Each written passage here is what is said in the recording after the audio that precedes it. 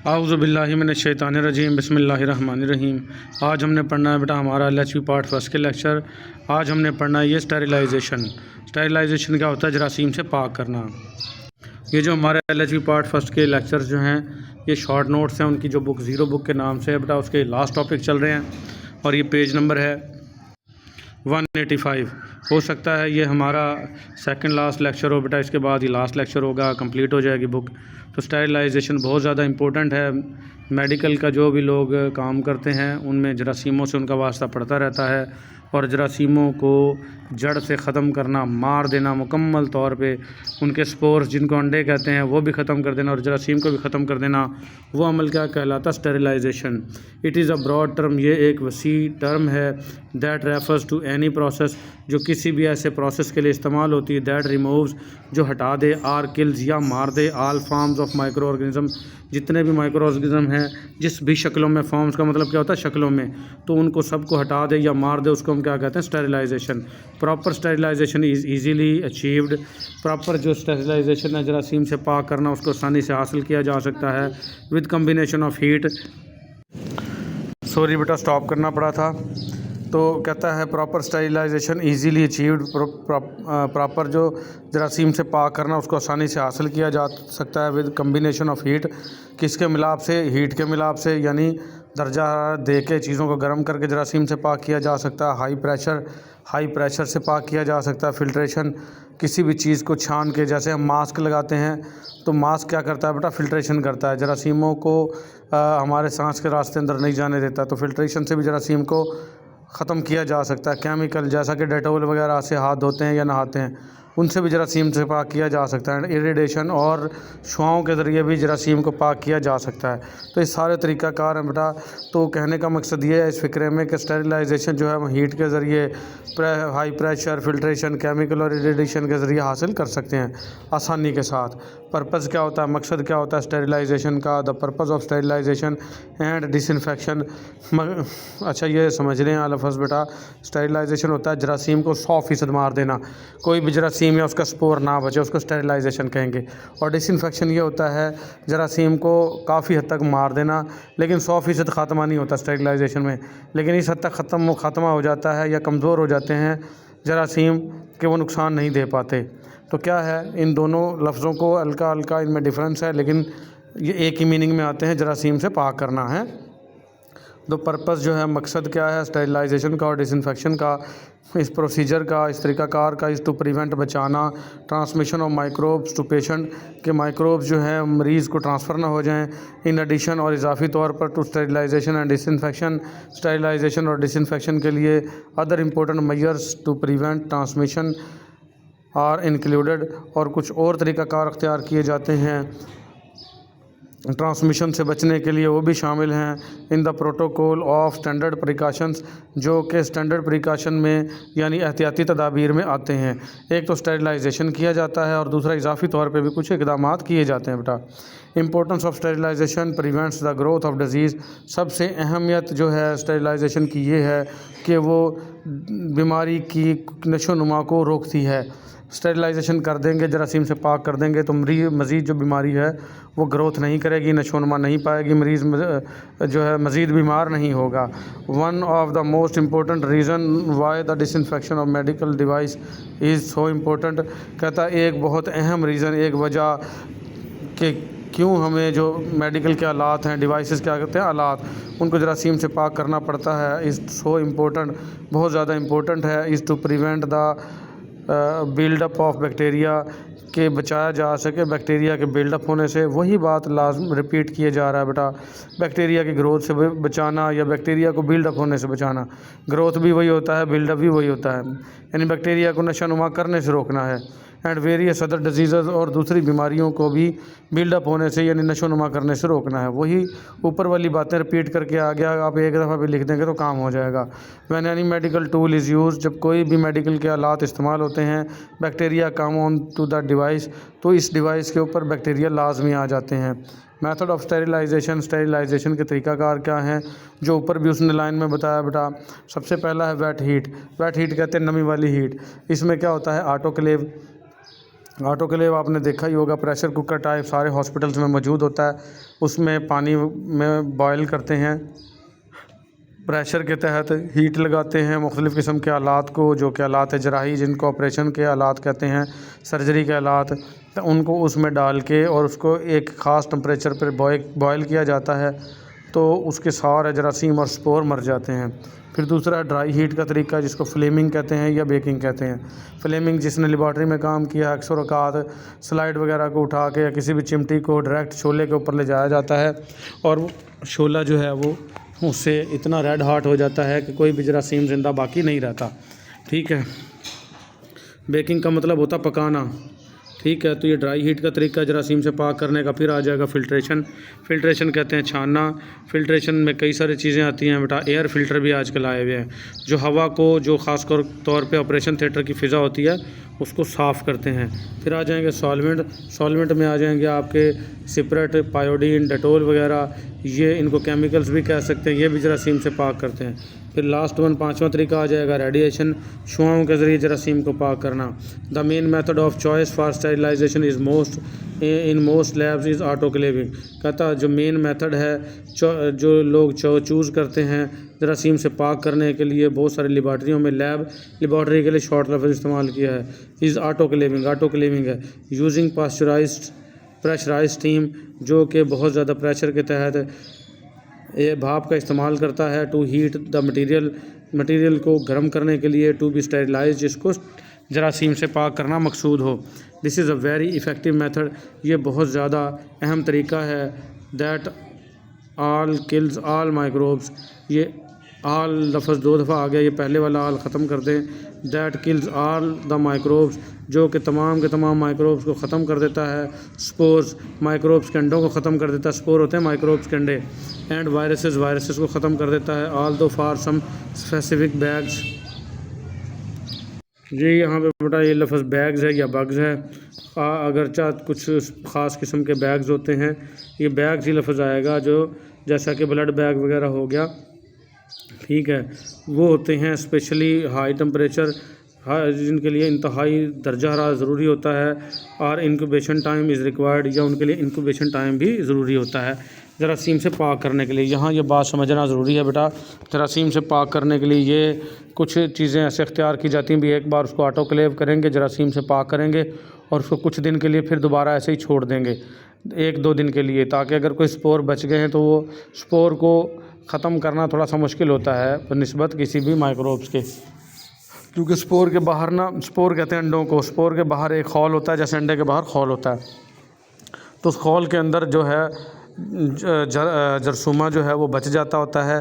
तो थोड़ा सा उसको टाइम दिया जाता है कि इस खौल के अंदर से, इस स्पोर के अंदर से अंडे बाहर निकल आएँ, अंडों से बच्चे बाहर निकल आएँ। इसको कहते हैं इंक्यूबेशन पीरियड, क्या कहते हैं, या इंक्यूबेशन टाइम या इंक्यूबेशन पीरियड। तो उसको रख देंगे, तो जो स्पोर बचे होंगे उनसे बच्चे बाहर आ जाएंगे और उसको फिर स्टेरिलाइजेशन करेंगे, जरासीम से पाक करेंगे, तो बचे हुए जरासीम भी जो है वो मर जाएंगे। तो ये तरीक़ाकार होता है इसका। तो ये हमने स्टेरिलाइजेशन पढ़ा। फिर बेटा आ जाएगा purpose of collection of specimen कहते हैं नमूने को। तो नमूने क्यों इकट्ठे किए जाते हैं बायोलैब के अंदर? बेटा नमूने आपको पता ही है, कुछ भी जो जरासीम हैं जिनको पैथोजन कहते हैं, बीमारी फैलाने वाले, उनको तलाश करने के लिए खून के नमूने लिए जाते हैं, जिसको ब्लड सैंपल कहते हैं बेटा। पखाने पिशी के लिए जाते हैं। कोई भी टिश्यूज़, जैसे खुदा न खास्ता कोई फोड़ा वगैरह हो, तो वो कैंसर ना हो, तो उसके कुछ टिश्यूज़ का मुआयना किया जाता है, तो उनके लिए सैंपल लेना ज़रूरी है। तो वो कह रहा है कि मकसद क्या है सैंपल को या स्पेसिमिन को कलेक्ट करने का। स्पेसिमिन भी बेटा नमूना होता है और सैंपल भी नमूना होता है। जहाँ स्पेसिमिन आ जाए, ऐसे स्पेसिमिन होता है, ऐसे ही सैंपल होता है, तो ये नमूना होता है। तो इसके मकसद क्या हैं पढ़ते हैं। The specimen is a sample, वही आ गया। स्पेसिमिन क्या होता है? सैंपल होता है ऑफ समथिंग, किसी भी चीज़ का। Like a specimen of blood, जैसे कि खून का सैंपल हो गया, और बॉडी टिश्यूज़, या किसी भी बॉडी टिश्यू का सैंपल हो गया। That is taken for medical testing, जो कि मेडिकल में टेस्टिंग के लिए लिया जाता है।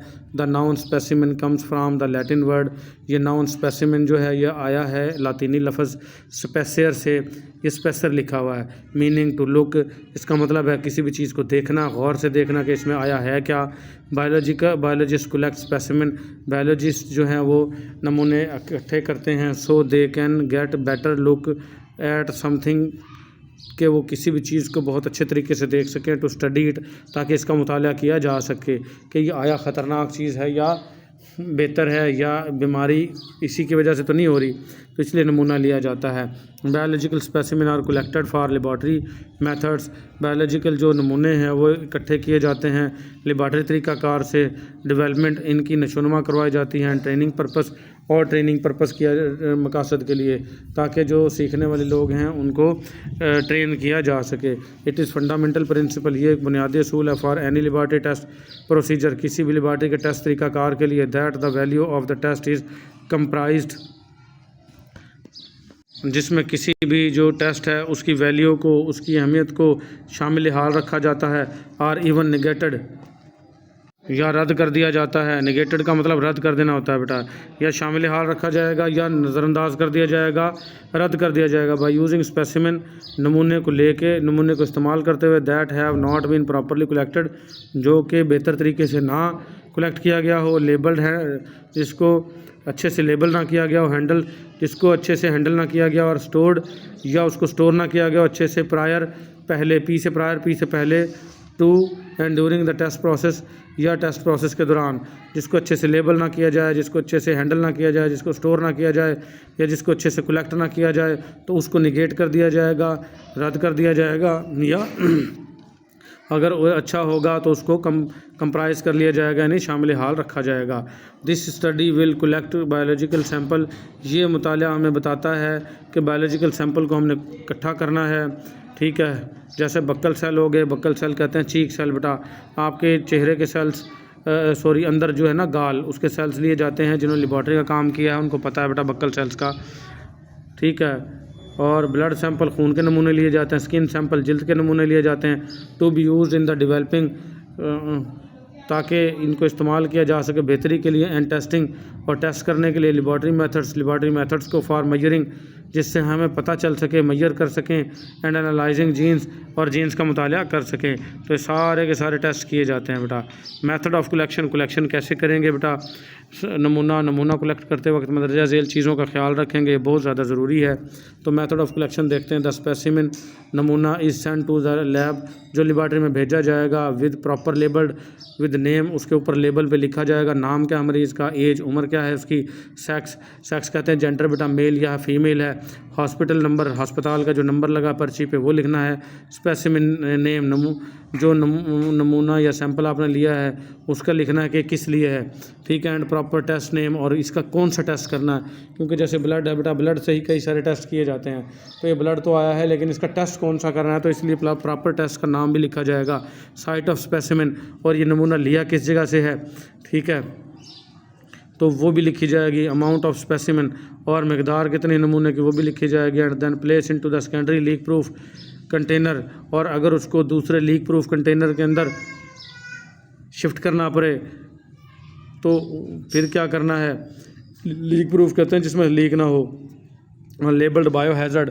और अगर कोई नुकसानात हैं, कोई ख़तरात हैं तो उनको भी लेबल करना है। बायो हैज़र्ड कहते हैं बेटा ख़तरात, जैसे खुदा न खास्ता किसी भी शख्स को हेपेटाइटिस बी, सी या एड्स है और उसके खून का सैंपल आपने भेजा लेबॉर्ट्री के अंदर, तो ये है कि आया खुदा न खास्ता लेबॉर्ट्री वाले को हेपेटाइटिस बी, सी या एड्स ना हो जाए, तो आप उसके ऊपर ये लेबल करोगे। तो हेपेटाइटिस बी, सी या HIV पॉजिटिव लिख देना, ये क्या है, लेबल कर दिया आपने bio hazard.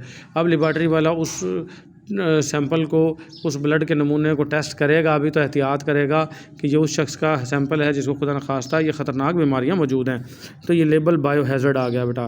The purpose of the secondary container is to contain specimen, जो सेकेंडरी कंटेनर होता है, सेकेंडरी कहते हैं बेटा दूसरा, एक होता है प्राइमरी कंटेनर जिसमें नमूना बंद किया जाता है, अगर खुदा न खास्ता वो लीक हो जाए या टूट जाए तो उसी सैंपल को किसी दूसरे बर्तन में या दूसरी बोतल या शीशी में ट्रांसफ़र किया जाता है, उसको सेकेंडरी कंटेनर कहेंगे।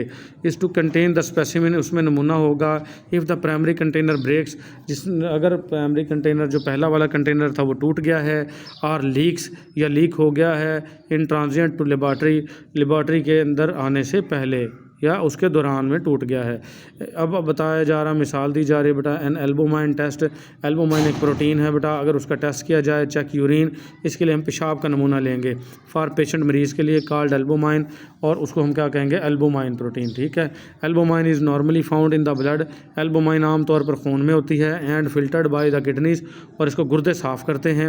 When the kidneys are working as they should, जब गुर्दे ऐसे काम कर रहे हैं जैसे उनको करना चाहिए, there may be very small amount of albumin in the urine, तो बहुत कम ही मिकदार पेशाब के नमूने में मिलेगी। इसका मतलब है अगर पेशाब में थोड़ी सी एल्बुमाइन मिल रही है, थोड़ी बहुत ही, तो इसका मतलब है गुर्दे ठीक काम कर रहे हैं। But when the kidneys are damage, लेकिन जब गुर्दे डैमेज हो जाएंगे, abnormal amount of albumin leak into the urine, तो एक ज़्यादा मकदार या बहुत एबनॉर्मल कहेंगे, एक नॉर्मल से ज़्यादा मकदार जो है पेशाब के अंदर एल्बुमाइन की आ रही होगी।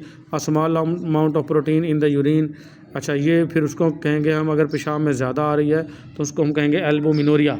ठीक है, प्रोटीनूरिया या एल्बुमिनोरिया, क्योंकि एल्बुमिन भी प्रोटीन है बेटा, प्रोटीन का आना पेशाब में तो प्रोटीनूरिया कहलाता है, और एल्बुमिन आ रहा है तो एल्बुमिनोरिया आ रहा है। अगर पेशाब में एल्बुमिन ज़्यादा आ रही है तो इसका मतलब है उस फीमेल को गुर्दों की बीमारी है, गुर्दे ख़राब हो गए हैं, या खुदा न खास्ता उसको प्री क्लैम्पशिया होने वाला है, जो यानी कि बच्चे की पैदाइश के दौरान दौरे पड़ते हैं, उसको क्लैम्पशिया कहते हैं। उससे पहले के अलामात में प्री क्लैम्पशिया है, तो उसके पेशाब का टेस्ट करवाया जाता है। 2 अलामात हैं, तो गुर्दे ख़राब हो गए या प्री क्लैम्पशिया हो गया, एल्बुमिन आ रहा है तो। फिर दूसरा आ रहा है small amount of protein in the urine during pregnancy, अगर थोड़ी बहुत प्रोटीन की मकदार पेशाब में आ रही है हमल के दौरान, कैन भी नॉर्मल, ये नॉर्मल है, कोई मसला नहीं है। लार्ज अमाउंट ऑफ प्रोटीन, अगर ज़्यादा मकदार में प्रोटीन आ रही है ड्यूरिंग अर्ली प्रेगनेंसी जो है हमल है उसके इब्तदाई दिनों में, can point to be infection, ये आपको बता सकती है कि इन्फेक्शन हो गया है, और सम टाइप किसी भी किस्म का लेटर बाद में इन प्रेगनेंसी हमल के दौरान। If access protein is found, अगर ज़्यादा प्रोटीन मिलेगी इन द यूरिन पेशाब में, इट कैन इंडिकेट, ये हमें बता रही है, इशारा दे रही है, अ मोर सीरियस कॉम्प्लिकेशन, एक वो किसी और सीरियस बीमारी की तरफ इशारा कर रही है, इन डेवलपिंग के वो नशोनुमा पा रही है और वो होने वाली है। सच एज़ प्री क्लैम्पशिया, जैसे प्री क्लैम्पशिया है यानी दौरे पड़ने से पहले की सूरत हाल। तो ये मैंने अभी बताया आपको ज़बानी, और उसने बुक में भी लिख दिया है। The normal amount of glucose in the urine is 0.0 to 0.8 M mole per litre, इसको कहते हैं मिली मोल्स पर लीटर। तो नॉर्मल जो मकदार है ग्लूकोज की मरूजी बन सकती है, कितनी होती है, 0 से 0.8 मिली मोल्स पर लीटर होती है। A higher measurement could be sign of the health problems, अगर ज़्यादा आ रही है, इससे ये 0.08 मिली मोल पर लीटर से ज़्यादा आ रही है, तो ये कोई हेल्थ प्रॉब्लम के बारे में आपको इशारा दे रही है। जैसे डायबिटीज़, जिसको शुगर कहते हैं बेटा, शुगर को डायबिटीज़ मेलाइटस कहते हैं, ठीक है, मेडिकल की ज़बान में, तो उसको शुगर हो गई है। Is the most common cause, ये एक आम वजह है ऑफ एलिवेटेड ग्लूकोज लेवल, जिसमें आपका ग्लूकोज लेवल जो है वो ज़्यादा हो सकता है। तो ये बता रही है कि पेशाब में ग्लूकोज है, पेशाब में प्रोटीन है, पेशाब में एल्बुमाइन है, तो कोई ना कोई बीमारी हो चुकी है। तो ये थे बेटा सैंपल, और सैंपल से पता चलता है आपको, ये सैंपल आ गए थे बेटा। इसके बाद आ जाएगा कैथेटराइजेशन। कैथेटराइजेशन कहते हैं बेटा पेशाब की नाली डालना, ठीक है, वो हम पढ़ेंगे अगले लेक्चर में। आज के लिए हमारा इतना ही, मिलेंगे अगले लेक्चर में। अल्लाह हाफिज़।